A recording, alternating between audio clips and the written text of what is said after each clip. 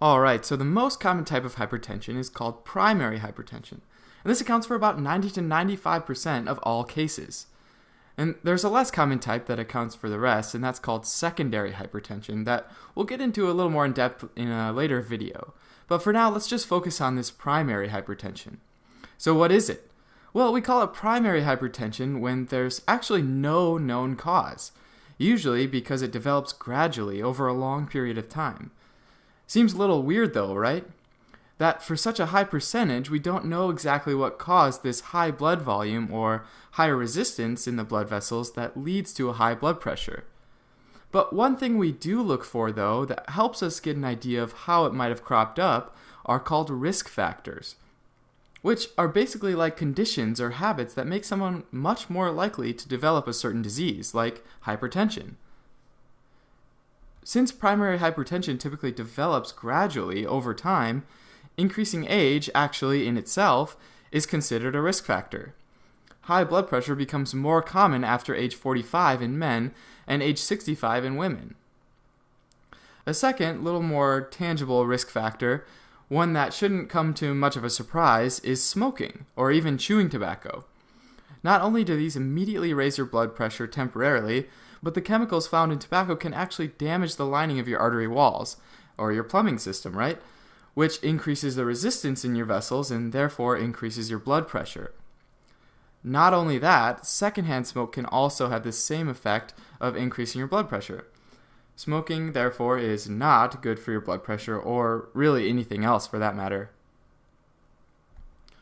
Another risk factor, sort of along the same lines, is drinking too much alcohol. Having more than 3 drinks in a single sitting can, just like smoking, temporarily raise your blood pressure. And repeated binge drinking over time can also damage your heart, making that heart a less efficient pump. And if it's not pumping as efficiently, your body tries to increase the pressure in your blood vessels to sort of compensate.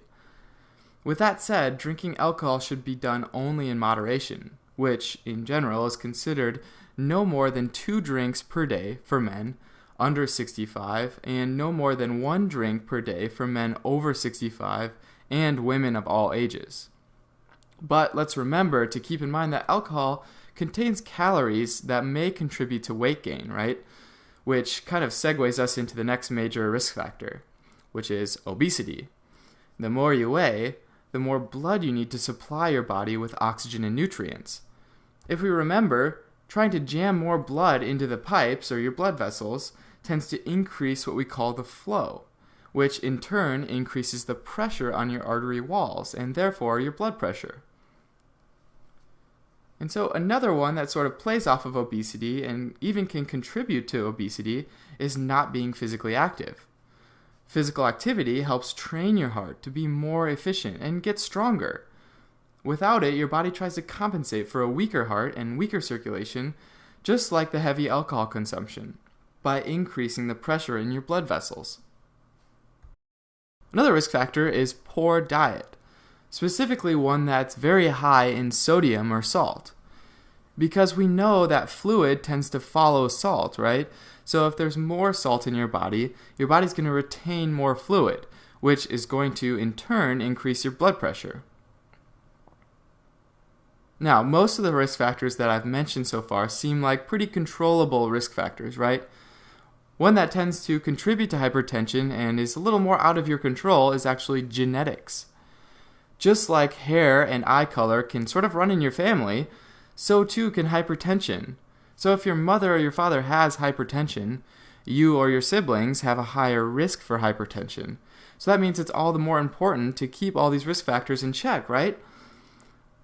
Another genetic factor, one that might be a little more surprising, is that those of African American heritage tend to have what's called salt sensitivity, meaning that they retain more sodium in water. Meaning that, again, it's more important to keep risk factors like diet and salt consumption in mind. So these are all sort of lumped into primary hypertension, right? Where there's no known identifiable cause. If there is an identifiable cause, it's called secondary hypertension.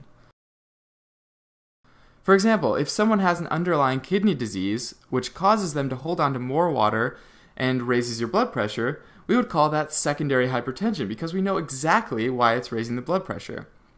But again, let's talk about that a little more in a later video. For now, let's quick talk about the signs and symptoms of hypertension. What's crazy about this, though, is that most often there aren't any. Many patients don't even know they have hypertension.